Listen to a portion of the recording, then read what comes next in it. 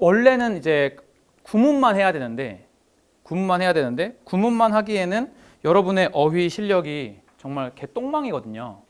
그래서 어휘를 가지고서 그 어휘를 수능 문장에서 다 찾았어요. 저는 수능 데이터베이스가 쭉 있는데 그 수능 문장에서 그 단어가 쓰이는 것들을 찾아서 단어 학습을 먼저 하고 그 다음에 구문을 나중에 하는 그런 방식으로 진행을 해 나갈 겁니다.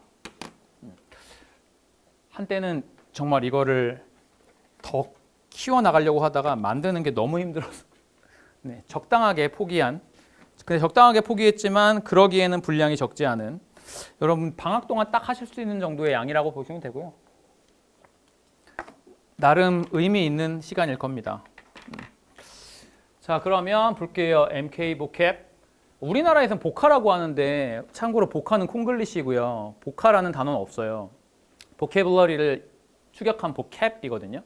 자, 어쨌든 에티멀러지랑 듀얼 코드 메소드 이 두 가지를 사용해서 여러분한테 설명을 드릴 겁니다. 그 책에는 없고요. 그것만 보시면 돼요. 에티멀러지는 어원이고요.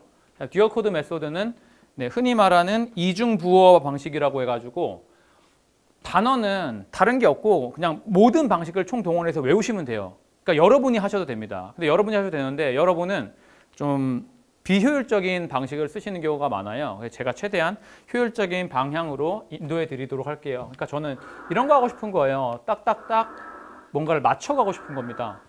그러니까 제가 영어 문장을 볼 때는요. 다른 예외가 없어요. 그러니까 여러분한테는 예외가 많을 수 있겠지만 저한테는 예외가 단 하나도 없거든요. 그러니까 쓰여진 대로 정확하게 읽으면 절대로 2등급이 나올 수가 없습니다. 사실 수능은. 현 체계에선 더욱더 그렇죠. 왜냐하면 상대평가가 아니라 절대평가잖아. 제가 절대평가하면서 사실 대치동에서 망했거든요. 왜냐면 절대평가를 하면서 모든 애들이 다 진짜 유명한 강사한테만 갔어요. 그 당시에. 그래서 제가 여기서는 좀 힘들겠다라고 해서 나와서 이제 서울 동대문이랑 그다음에 중계랑 그다음에 이쪽으로 왔었는데 작년 같은 경우는 되게 괜찮았어요. 고3 제가 올해 고3을 안 하거든요. 올해 고3 안 하는데 작년까지는 고3을 쭉 했어요. 한 번도 쉬지 않고 했었는데 작년이 제일 괜찮았던 것 같아요. 작년 16명을 제가 고3을 데리고 있는데 16명이 전부 다 1등급이었으니까. 근데 문제는 이제 그 16명이 다 1등급이지만 8명은 재수를 하더라고. 다른 과목 때문에. 공부는 어쩔 수 없잖니? 내가 할 수 있는 부분이 아니니까. 그래서 여러분한테 좀 왜 단어를 잘 열심히 봐야 되는지 알려드릴게요. 첫 번째입니다. 일단은 여러분이 단어를 외울 때 너무너무 무작위로 외우는 경향이 있어요. 무작위로. 마치 내 전화번호거든요. 제 전화번호예요. 외워봐. 하면 막연하죠. 그죠? 이거 어떻게 다 외워? 그치? 근데 여기에서 만약에 여러분이 뭘 찾으면 규칙을 찾게 되면 그 다음엔 이 번호를 외우는 게 쉽죠. 어렵지 않아요. 이렇게 나열해놨더니 이게 오름차순이거든요. 지금. 그렇죠? 그러니까 이 번호 하나를 외우는 순간 여기서부터 쭉 쓸 수 있는 거야. 왜? 규칙이 생겼으니까.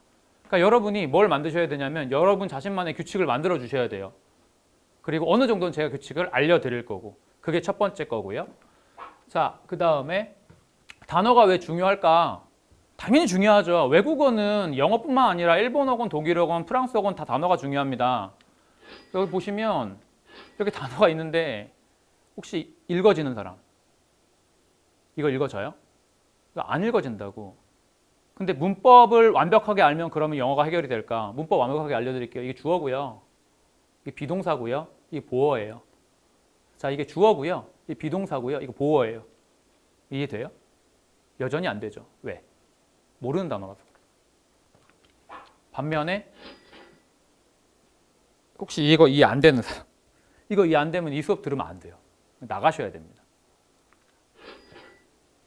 혹시 이거 이해 안 되는 사람?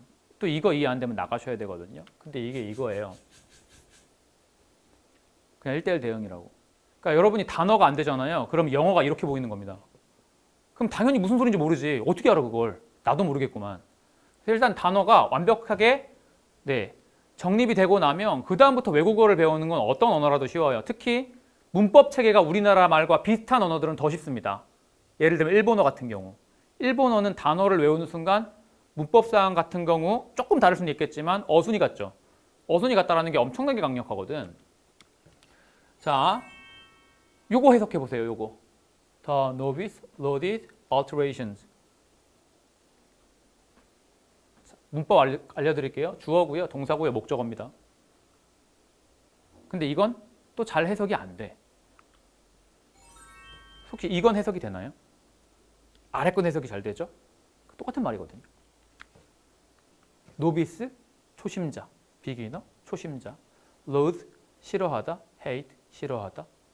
alteration, 변화, 변경, changes, 변화, 변경. 마찬가지, 영어도 똑같죠? 그죠? 단어가 머릿속에 들어오지 않는 순간 이해가 바닥으로 추락합니다. 그래서 단어를 하셔야 되고요. 방학 때 정말 거의 유일한 시간이거든요. 단어를 따로 외울 수 있는. 사실상 학기 중에 내신하잖아요. 내신할 때 제가 단어를 따로 안 드리죠. 왜 단어를 따로 안 드리냐면 그때는 문장으로 보는 게 가장 효율적이기 때문에 그래요. 자, 우리가 수능을 준비할 때는요. 단어를 딱 외운 다음에 그 단어가 무슨 뜻으로 나올지를 몰라. 그죠? 되게 다양한 뜻이 있으니까 단어마다. 근데 내신은요. 그런 게 없어요. 그 단어는 그 뜻으로만 나옵니다. 오히려 그 단어랑 똑같은 동의어, 반의어, 같은 것들을 외워주셔야 돼요. 하지만 방학 때는 아닙니다. 방학 때는 말 그대로 단어 학습을 하셔야 되고 그 단어 학습을 가장 효율적인 방법으로 하실 수 있도록 제가 이제 어시스트를 해드릴 거예요. 알았죠? 자, 교상 근처에 소양증이 좀 있대요. 혹시 이거 이해되는 사람? 이거 이해되니? 옛날에 이 문장 뭐냐면 니들이 단어를 얼마나 모르는지 내가 알려줄게 라고 내 의사인 친구가 나한테 말해. 아는 사람 손 들어봐. 근데 아무도 못 들었어 우리 중에서. 똑같은 말이거든. 한국어마저도 단어를 모르면 뭔 뜻인지 몰라. 근데 여기에 플러스 영어는 뭐까지 추가되는 거야? 어순까지 추가되는 거야. 어순이 이렇게 나온다고 영어는. 그럼 그 어순을 내가 이렇게 바꿔서 조작을 해서 이해를 할 것인지 아니면 그냥 영어의 어순 그대로 읽을 것인지 당연히 후자여야 돼요. 뒤로 가면 갈수록 사실은 여러분이 배우는 영어 중에 가장 어려운 영어가 언제인 줄 알아? 고3이야. 고3 때 영어가 제일 어려워요. 대학교 때 영어 더 쉽습니다. 왜 더 쉽냐? 대학교 때부터 영어는요. 실용적인 거예요. 내가 어떤 지식을 얻기 위해서 쓰여있는 정보들을 영어로 쓰여있는 정보들을 그냥 읽는 겁니다. 근데 고3은요. 고3의 수능의 지문이 압도적으로 어려워요. 그럼 왜 압도적으로 어렵냐? 이건 변별하기 위한 시험이거든. 너의 영어 학습 능력을 보고 싶어 하지 않아, 걔들은. 어떻게 하면 4%로 끊을 수 있을까? 어떻게 하면 11%로 끊을 수 있을까? 그것만 생각하시는 분들이야. 그래서 야, 너희 성인 영어 학습 사이트 같은 데서 이런 거 본 적 있어? 외국인이 읽어보고 무슨 소리인지 하나도 모르겠어요. 안 나와. 근데 유튜브를 찾아보면 항상 누구만 나와? 수능 영어만 데리고 갖고 나와서 원어민한테 읽힌 다음에 원어민이 읽어보고 도대체 이건 뭔 소리인지 모르겠어. 그리고 이걸 한국인 고3들이 읽고 푼다고? 하고 되게 의아해하잖아. 그 이유가 그런 거야. 니들이 배우는 영어의 가장 고난이도는 너희 인생 전체를 통틀어서 수능이야. 되게 웃긴 거죠. 말도 안 되는 거야. 근데 어쩔 수 없어. 모두가 그런 상황에 놓여 있으니까. 그래서 문장을 깔끔하게 해석할 수 있는 걸 여기다가 추가할 겁니다. 그러니까 어휘를 제가 학습을 시켜드릴 거고요. 그 다음에 구문을 통해서 영어 문장을 한 이런 식으로 좀 읽어보자. 그리고 단어를 이런 식으로 한번 받아들여보자. 라는 식으로 제가 알려드릴 거예요. 아셨죠? 예전에 제가 그 유튜브에서 설문조사 해봤거든요. 뭐가 제일 어렵냐라고 했더니 43%가 단어야. 문법보다도 높죠. 문법이 32%. 독해는 21%요. 그러니까 현재의 독해는요. 사실은 어느 정도의 해석 실력 플러스 그 다음에 약간의 스킬. 근데 그 약간의 스킬이라는 건 솔직히 말씀드려서 1년 내내 막 하시잖아요. 맨날 뭐 빈칸 어떻게 푼다, 문장 삽입 어떻게 푼다 맨날 하시잖아. 제가 작년에 그걸 딱 9월 달부터 시작했거든요. 근데 전혀 문제 없었어요. 왜?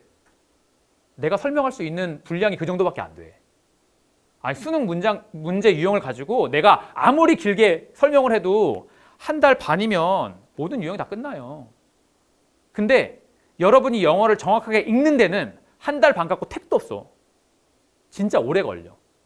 그래서 우리가 어학에다 이렇게 돈을 투자하는 거 아닙니까? 유학도 가죠. 그죠? 원어민 과외도 받고 막 난리 부르스를 치는 이유가 다른 게 아니라 영어는 우리나라 말과 다르기 때문에 이해하는 그 과정, 거쳐가는 그 과정이 되게 오래 걸려요. 아무리 여러분이 앞에서부터 해석을 한다라고 해도 실제로 완벽하게 앞에서부터 해석하는 게 우리나라 말과 똑같이 이해되는 순간까지가 걸리는 시간이 많다고. 되게 길어. 한 번에 안 돼, 이거. 그러니까 한 번에 안 되는 것들은 시간을 들이셔야 되는 거고, 그게 아닌 것들은 그냥 짧은 시간에 쳐내도 됩니다. 알았죠? 문제 유형 고민하실 필요 없어요, 지금. 고3 때 가서 하셔야 되고요. 고3 여름방학 끝나고 하셔도 돼요. 근데 그때까지 뭐가 돼야 돼? 영어가 정확하게 읽혀야 돼. 그리고 여러분이 모르는 단어가 정말 적어야 됩니다. 아셨죠? 자, 그러면 우리가 수능 문장을 한번 좀 볼게요. 수능 문장 아무거나 그냥 갖고 왔어요. 자, 이 문장은 몇 형식입니까? 이 문장 몇 형식이죠?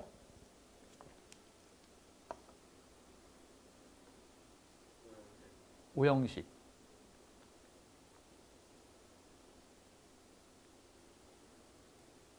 자, 얘들아, 문제 길잖아.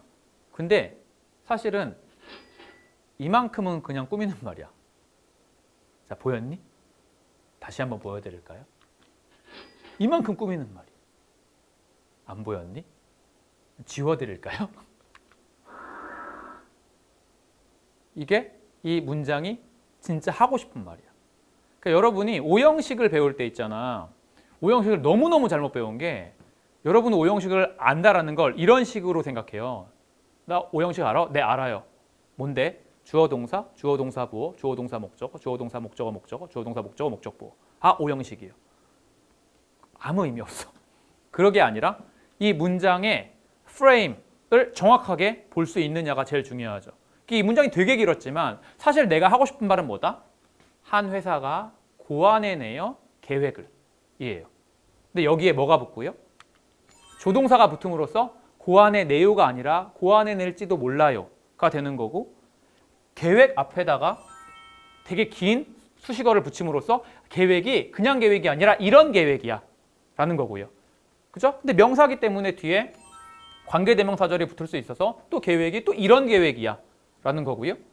근데 여기서 관계대명사절의 끝이 뭘로 끝났습니까? The opportunity라는 명사로 끝났잖아요. 그럼 그 명사도 기회인데 어떤 기회예요? 투부정사 할 수 있는 기회예요. 그죠?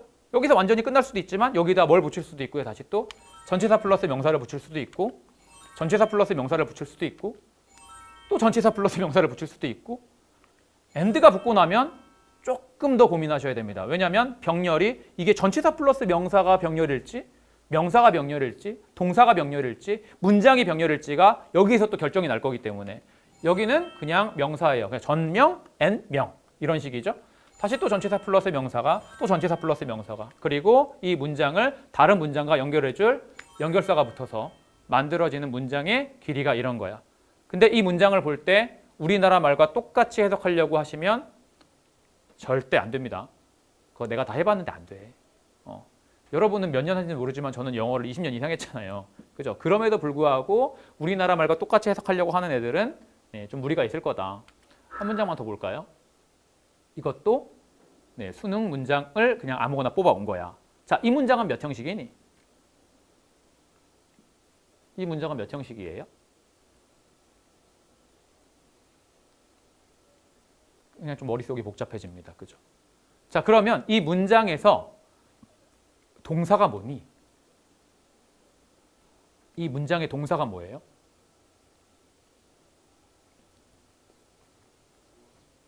스무스. 그죠? 주어는 뭐죠? narrowing. 정말 잘 보셨죠? 이만큼이 꾸미는 말. 그래서 이걸 해석할 때 좁힌다라는 건 부드럽게 해줍니다. 방식을, 방법을. 이 내가 진짜 하고 싶은 말이고, 여기에서 이 좁히는 게 뭘 좁히는 거냐? 아, 우리의 의식을 좁히는 거네요. 그죠? 근데 뭐에 대한 의식? 시간에 대한 의식이요. 우리의 시간에 대한 의식을 좁혀나간다라는 건 뭐 해준다? 부드럽게 해준다고. 뭘? 방식? 방법을요. 근데 그 방법은 뭐 하는 방법이요? to가 부정사인 줄 알았는데 ing가 있는 거 보니까 이게 전치사네요. 그러면 분리시키는 것 쪽으로의 방법이네요. 그럼 뭘 분리시키는데? 당연히 명사를. 그래서 자기 자신을 분리시켜요. 내 자신을 분리시켜? 어디에서? 책임감으로부터요. 전치사 플러스 명사가 붙죠. 그리고 다시 또 이 책임감은 뭐에 대한 책임감이다? 발달에 대한, 발달을 위한 책임감이다. 전치사 플러스 명사. 여기 다시 전치사 플러스 명사. and 명사. 그죠? 그리고 다시 전치사 플러스 관계대명사입니다. 전치사 플러스 관계대명사가 나왔다라 함은 다시 뭐가 나온다는 거예요? 뒤에 완전한 문장이 나온다는 거예요. 그죠? 그래서 주어가 나오고 동사가 수동태로 나와서 이 동사를 꾸미는 부사 그리고 앞에 부사. 이건 연결어로 나왔겠지? 이게 붙어서 전체 문장의 길이가 길어지고 있다라는 거죠. 그죠? 그러니까 이걸 문장을 바라볼 때 그 문장의 가장 중요한 부분들을 먼저 바라볼 수 있는 눈을 기르셔야 돼요. 그러니까 제가 절대 틀리지 않는 문제형이 있거든요. 그게 뭐냐면 주제, 제목, 주장, 요지입니다. 이건 틀리시면 안 되고 틀릴 수도 없는 거야. 왜? 주제, 주장, 제목, 요지는 다 해석이 안 돼도 되거든요. 여러분도 해보셨잖아. 모의고사에서 굳이 그게 다 해석이 안 돼도 문제가 풀려. 근데 그 문제가 풀릴 때 그걸 틀리는 애들의 가장 큰 공통점이 뭐냐? 너무 많은 정보를 머릿속에 담아두시는 겁니다.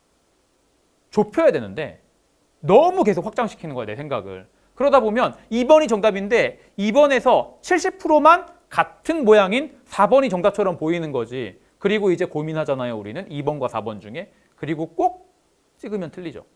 2분의 1 확률인데도 불구하고. 하지만 이렇게 프레임 위주로 읽어주시면 거기서 4번이 들어갈 수가 없어. 왜? 내가 주절 위주로 읽은, 프레임 위주로 읽은 문장들의 조합에서는 이런 정보들은 없었거든. 이라는 걸 여러분이 스스로 헤쳐나가실 수 있어요.